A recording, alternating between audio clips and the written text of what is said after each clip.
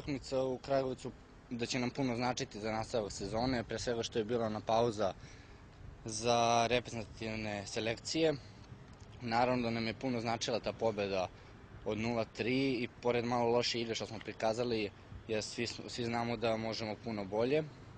Svesni smo da nismo radili neke stvari kako smo trebali i kakav je bio dogovor, ali zato služe treninzi da to ispravljamo i sigurno možemo samo bolje da igramo. I ako smo pobedili sa tako lošijom igrom što smo pružili, mogu samo da zamislim šta će biti kada budemo pružali partije kakve znamo i umemo.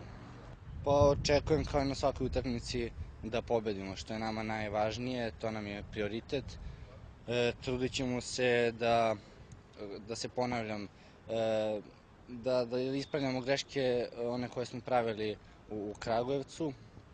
Pre svega, to ćemo već početi da radimo od današnjeg treninga i da cijele sedmice treniramo i da živimo onako kako trebamo, da bi tu utakmicu odradili onako kako treba i kako